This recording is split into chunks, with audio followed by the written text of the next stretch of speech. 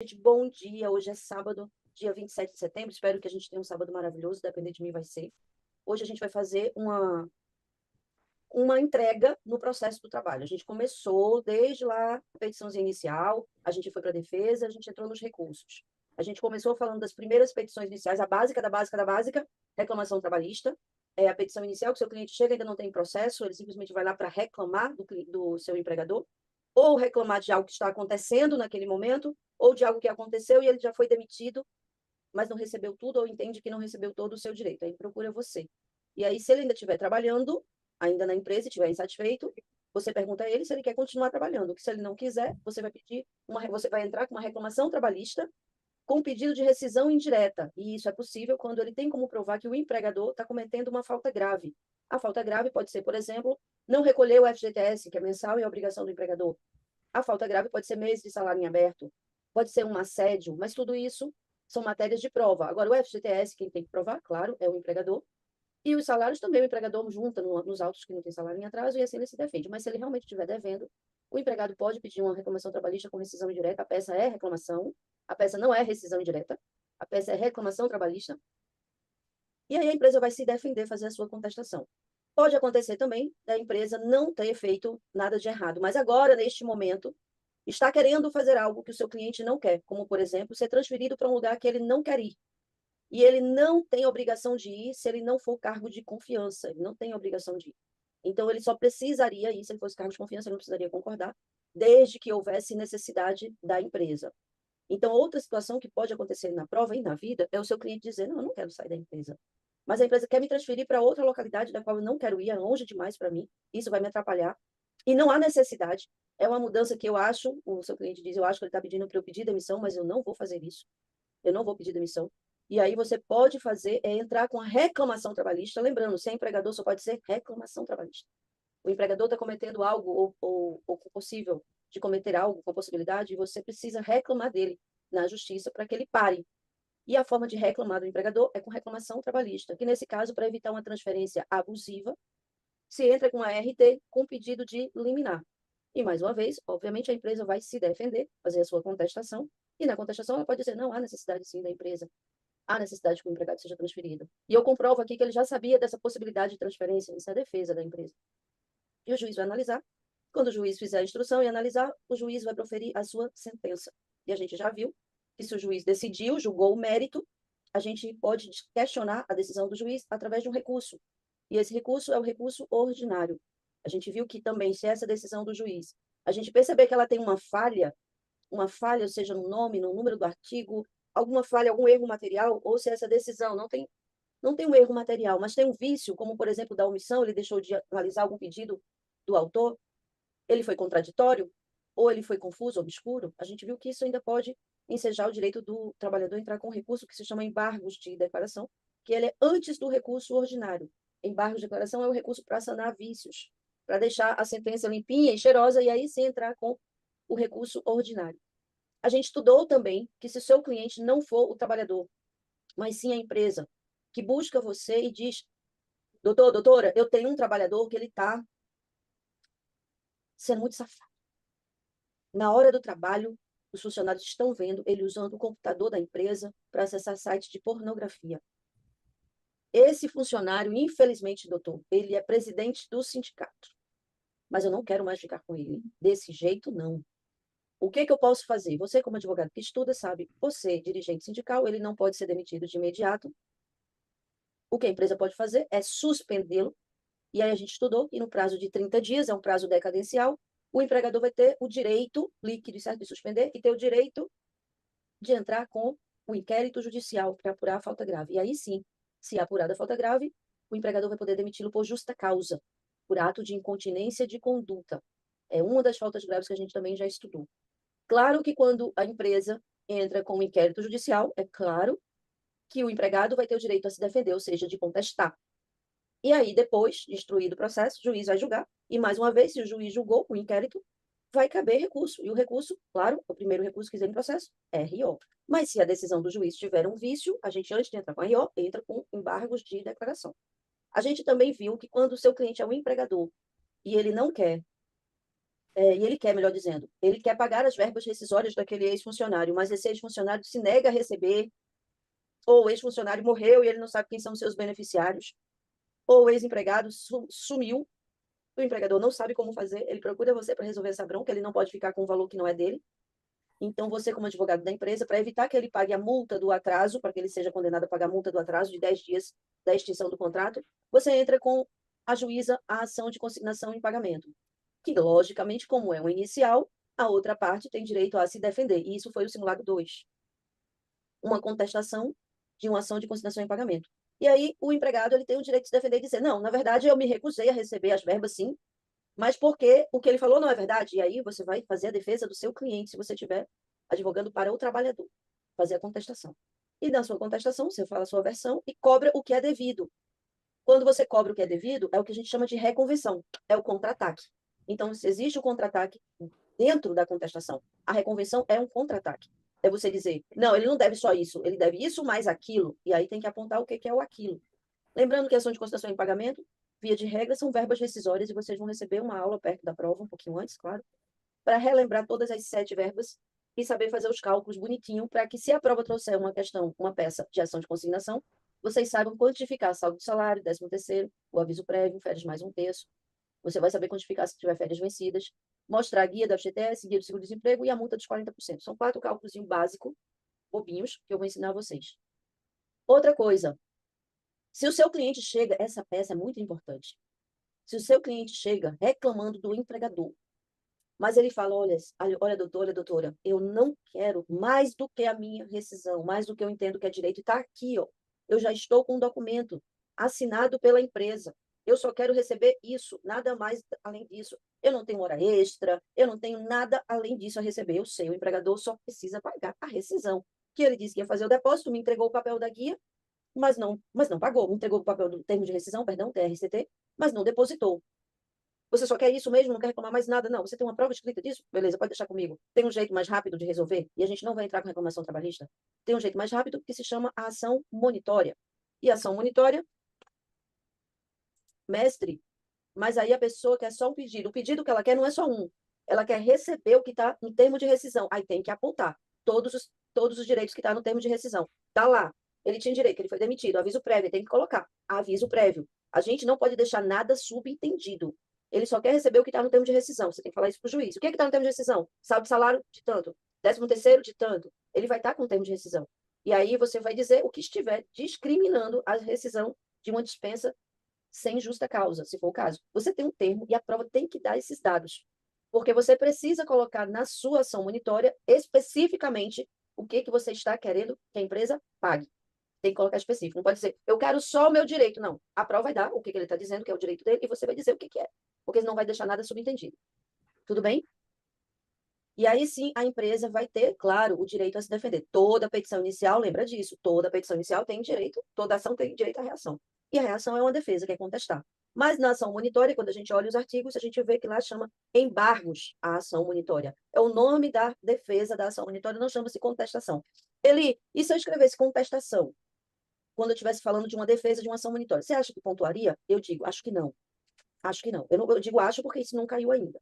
E eu digo que acho que não, por quê? Porque a lei não diz especificamente o termo, a lei não já fala, eu quero embargos, ação monitória. Então, coloque embargos de ação monitória, porque é assim que a prova vai cobrar de você. E não tem outro jeito de acertar a questão que não seja lendo os artigos. Então, mais uma vez, eu falei de RT, de inquérito, de ACP, de ação monitória. O que é que eu quero? Abro os artigos e trago os termos específicos. RT não tem termo específico, mas ação de consignação tem, ação monitória tem e inquérito tem detalhes específicos. Então, teria que analisar os artigos, não precisa decorar. Outra situação ainda, como petição inicial, que eu conversei com vocês, foi o seu cliente busca o sindicato e diz que a empresa deixou de implementar o reajuste salarial que está previsto na convenção coletiva, ou que está previsto numa sentença normativa. A sentença normativa é a decisão de um inquérito judicial, decisão de um dissídio coletivo. Sentença normativa é fruto de um dissídio coletivo. E aí, lá no dissídio, diz que a empresa teria que dar um determinado benefício ou um determinado reajuste, e uma ou algumas empresas simplesmente não cumprem com o que está determinado, não implementam o reajuste necessário. O que o trabalhador tem direito? A entrar com uma ação de cumprimento. E aí eu chamo a atenção que essa sim é uma pegadinha. O nome dessa medida é ação de cumprimento. Mas lá no artigo da ação de cumprimento, dentro do artigo tem a palavra reclamação. E quando caiu essa questão de ação de cumprimento e colocaram a palavra reclamação como a medida, a FGV negou todos. Então, o nome da medida não é reclamação, é ação de cumprimento, embora seja uma reclamação. Mas a medida para fazer a empresa cumprir com o que está sendo colocado na convenção coletiva não se chama reclamação, e sim ação de cumprimento. A palavra cumprir ajuda. A prova pode colocar, a empresa deixou de cumprir, aí ajuda, para lembrar, ação de cumprimento. Mas lá em dissídio coletivo eu tenho o termo ação de cumprimento. Lá no índice remissivo, em convenção coletiva, eu tenho o nome ação de cumprimento. E dentro do índice remissivo eu tenho o tema específico ação de cumprimento. Então não tem porquê não colocar ação de cumprimento. Combinado? Pronto. Você foi Eu qual? botei reclamação. Mas veja que lá o seu cliente, eu vou fazer um parêntese aqui, a aula não é sobre isso, mas vou fazer um parêntese porque essa sua falha é importante de ser comentada. Lá existia um momento que o seu cliente disse: eu não fiz nada e o meu empregador queria me pagar, me demitir por justa causa. O empregador fez isso. Aí você não fez nada? Não, não fiz nada, doutor. Não fiz nada, doutora. E ele mesmo nem soube dizer qual foi a falta grave que eu cometi. E aí queria me pagar queria me pagar só justa causa. Eu não aceitei, eu me recusei. O que foi que aconteceu? O texto disse: depois de 30 dias, esse trabalhador recebeu um comunicado da Justiça que a empresa, perdão, tinha entrado com uma ação contra ele e tinha ajuizado as verbas rescisórias. E aí você tinha que ver que nesse momento, ao momento processual, o seu cliente disse: olha, eu tenho que me defender disso. É o momento processual. Defender do quê? Do momento que a empresa pagou na justiça o que a empresa dizia que devia. Então, essa empresa, você teria que ler que essa empresa entrou com ação de consignação e o seu cliente tem que se defender. Então, não poderia ser uma reclamação trabalhista, porque era um momento. Aí, por isso que eu estou chamando a atenção de vocês. Como é que eu sei qual é a medida? Você tem que ver exatamente qual é o momento que o seu cliente está vivendo. A decisão de quem está fazendo o quê para você agir. E o momento que estava ali era de se defender, porque dizia, certo, Fernanda? Então, esse seu erro É. não foi, você não foi a única, mas serve para você entender como é que você tem certeza. Veja o momento. Se você vai entrar com reclamação, você está começando um processo contra a empresa. Mas ali não estava começando um processo, porque o processo já tinha sido iniciado pela empresa. E como é que eu sei? Porque disse que o seu cliente recebeu um comunicado da justiça e ele procura você depois disso. Então, o momento já teve um inicial e agora vem o momento da defesa. Seria se defender, fazer a contestação dessa ação de consignação em pagamento. Como é que luta quando o juiz julga, Kelly? Quando o juiz julga o mérito, quando o juiz julga, gente, quando o juiz decide. O juiz disse: não, você realmente cometeu falta grave. O empregado está insatisfeito, vocês precisam recorrer dessa decisão. Recurso ordinário. Vocês têm que saber esse momento. Recurso ordinário, quando o juiz julgou, ele julgou o quê? Aquela ação de consignação em pagamento que dizia que o trabalhador tinha cometido uma falta grave, a empresa só depositou o mísero saldo de salário. Aí o trabalhador se defendeu, contestando, que foi o simulado 2, contestando: não, eu não cometi falta grave nenhuma, não. E a empresa que tem que provar que eu cometi falta grave. Na verdade, ela tem que me pagar meu saldo de salário, meu aviso prévio, meu 13º, minhas férias mais um terço, meu FGTS, minha guia do FGTS, meu seguro-desemprego, tudo. A dispensa sem justa causa. Excelência, eu não aceito isso, não. O juiz vai ouvir as partes, fazer uma instrução, ouvir testemunha ou não, depende do juiz, gente. O juiz precisa se fortalecer de É argumentos, pra... certeza que o empregado cometeu falta grave ou não, ele não cometeu falta grave. Quando o juiz decidir, presta atenção, quando o juiz julgar aquela ação, que ação? Qualquer uma. Quando o juiz, nesse caso aqui é a CP, quando o juiz julgar a ação, julgar, ele julgou. A palavra julgamento já está dizendo, ele entrou no mérito. Então, ele decidiu ou que sim, ou que não, ou que mais ou menos. O que é mais ou menos? É uma sentença de parcial procedência. A gente vai estudar muito isso hoje. Uma sentença de parcial procedência. Quando o juiz diz isso, gente, é porque ele está dizendo: olha, a empresa tem razão num pedaço, mas o trabalhador tem razão em outro. Por isso que se chama parcial procedência. Ou então ele está dizendo, o empregado não tem razão em tudo que ele está dizendo, é parcial. Então, quando há esse tipo de sentença e julgamento, os dois ficam insatisfeitos, os dois têm interesse de recorrer. E aí os dois podem entrar com recurso ordinário. Quando a empresa entrou com ação de consignação em pagamento, falando que o trabalhador cometeu uma falta grave, e aí o juiz escuta o trabalhador na sua contestação da ação de consignação e verifica que ele não cometeu falta grave, o juiz se convence que o trabalhador não cometeu falta grave, que a empresa que tinha que provar, ela não conseguiu provar aquela justa causa. Então, o que o juiz disse? Julgo improcedente a ação de consignação em pagamento e condena a empresa a pagar a rescisão de uma dispensa sem justa causa. Nesse momento, quem está satisfeito? O trabalhador. E a empresa totalmente insatisfeita. O trabalhador tendo que reclamar do juiz? Não tem. Então, não tem interesse de recorrer. Uma decisão dessa, num julgamento que o juiz ficou do lado, vou colocar do lado para vocês entenderem, ele fez o que o empregado queria, seguindo a lei, obviamente, você vai dizer, nesse caso, só cabe recurso ordinário para a empresa. Porque a empresa insatisfeita com essa decisão, ela pode recorrer. E aí ela vai para o tribunal e dizer, não, esse juiz está doido. Ele está doido, ele se convenceu desse cara, mas esse cara é mó 171.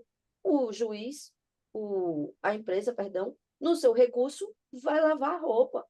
No recurso ordinário pode falar tudo, pode tratar de toda a matéria ainda, porque o recurso ordinário trata do novo curso para o processo.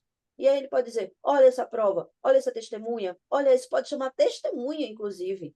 Olha essa testemunha, olha o que ele disse, olha o que ele deixou de falar, olha isso, olha aquilo. Então, o recurso ordinário é o momento que a empresa vai buscar o tribunal para reformar essa decisão do juiz. Pode ser que ele consiga, pode ser que ele não consiga. E a gente vai conversar sobre isso hoje. Então, a gente viu petição inicial, ação monitória, reclamação trabalhista, inquérito judicial, ação de cumprimento, esquecendo ACP, e a última, que eu não falei ainda hoje, quer dizer, tem mais duas ainda, petições iniciais, que a gente já estudou. São petições iniciais que não começam na vara. São petições iniciais que começam nos tribunais, que são aquelas ações de competência originária dos tribunais. Quando o juiz, ele acolhe o pedido do trabalhador. O trabalhador entrou com reclamação trabalhista, alegando que ele foi demitido injustamente. E mais, que ele não poderia ter sido demitido, porque ele tinha uma estabilidade. E essa estabilidade não permitia que a empresa demitisse. Qual era a estabilidade? Vai depender. Vamos supor que era a estabilidade acidentária. Ele estava dentro do período lá dos 12 meses após a cessação do benefício. Não poderia ter sido demitido, acidente do trabalho. Ou tinha estabilidade, era uma mulher, estabilidade da gestante. Ou tinha estabilidade do próprio dirigente, ou tinha estabilidade do vice-presidente da CIPA, ou tinha estabilidade dos membros que representam os trabalhadores. Ele tinha alguma estabilidade, ele não poderia ter sido. O trabalhador entrou com uma ação trabalhista e pediu que, por não ter podido ser demitido de imediato, ele pediu, porque ele era estável, uma tutela para ser reintegrada com urgência. E aí o juiz disse, não, eu não vou reintegrá-lo com urgência, não. Eu vou indeferir essa tutela. Eu vou indeferir e vou instruir o processo. Deixa eu ouvir as partes. Deixa eu entender melhor. Ele pode dizer isso? Pode. Assim como o juiz pode. Eu vou mandar reintegrar imediatamente. E vou marcar audiência para a data tal. Então, o juiz tanto pode negar como pode conceder a tutela de urgência. Vocês estão entendendo isso? Se ele faz isso antes de julgar, antes de entrar no mérito, ou seja, antes de instruir o processo, ele já se convence daquele pedacinho da ação que pede a tutela de urgência, ele já se convence disso e já dá ou já nega, cabe medida. Poxa, mas como assim se o juiz não julgou? Se o juiz não julgou, não cabe recurso. Mas a gente estudou que neste momento, apesar dele não ter julgado, apesar de não ter decisão de mérito, há uma medida possível, sim, a gente estudou, quando o juiz, e não precisa decorar isso, no índice você encontra, quando o juiz acolhe ou indefere a tutela de urgência, lá no índice remissivo no tema tutela você encontra. Cabe mandado de segurança. Esse mandado de segurança é uma ação, não é recurso. É uma ação. Segue o modelo de uma petição inicial, é uma ação. E aí, essa ação você não vai entregar para o juiz. O caba que está fazendo a safadeza, você não vai mandar para ele. Essa ação começa no tribunal, competência originária do tribunal. Então, é uma petição inicial? Sim. Não tem folha de rosto e os memoriais. É a própria peça. É uma petição inicial. Aí você vai mandar para onde? Para o TRT. Porque você quer atacar a decisão do TRT. Aí, outra situação, a gente viu que só é inicial. Competência originária dos tribunais. Só que aí a gente viu, peraí, esse processo começou essa ação no TRT. A gente já estudou isso, com mandado de segurança.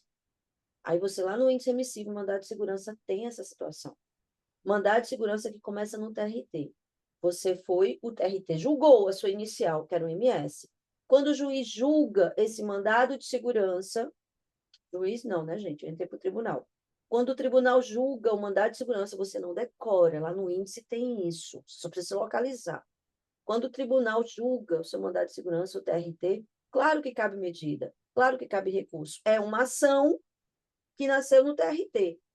Você vai agora para o TST reclamar da decisão do Tribunal Regional do Trabalho. E a gente viu lá em MS que quando o TRT julga o mandado de segurança, cabe recurso ordinário para o TST.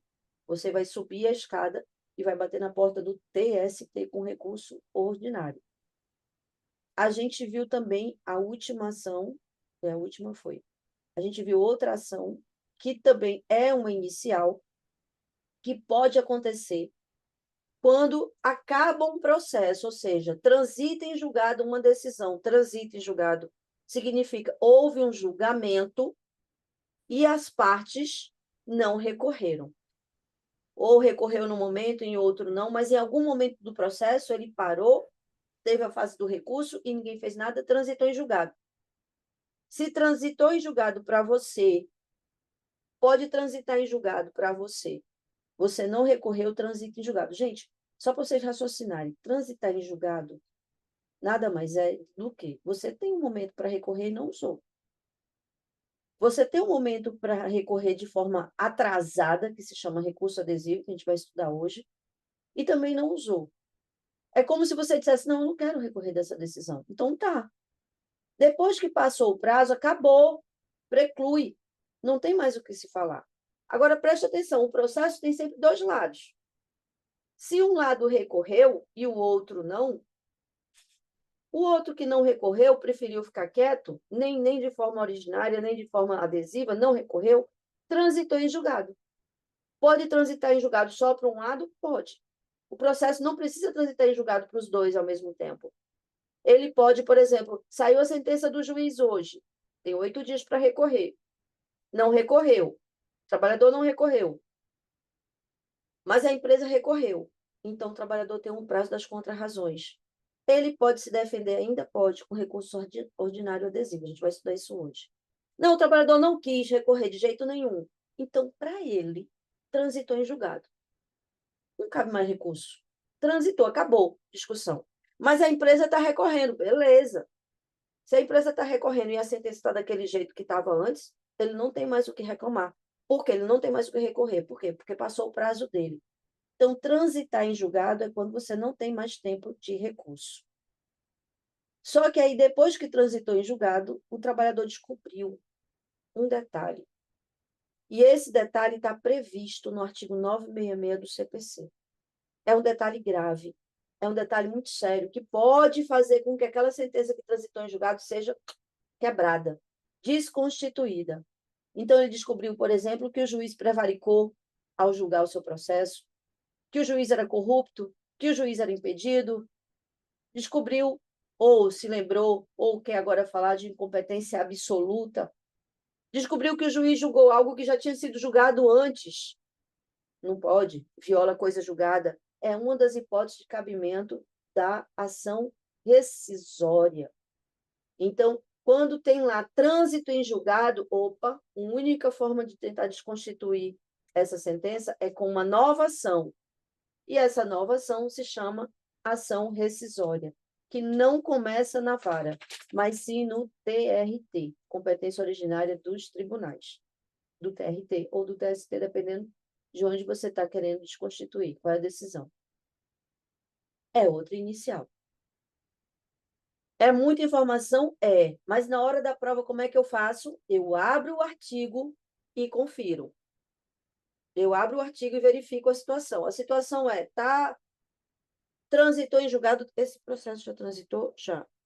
Descobriu alguma coisa nova que eu pode conseguir quebrar essa sentença? Acho que sim. Verifica lá qual é o artigo, aí você vai. Se já transitou, aí você tem que saber.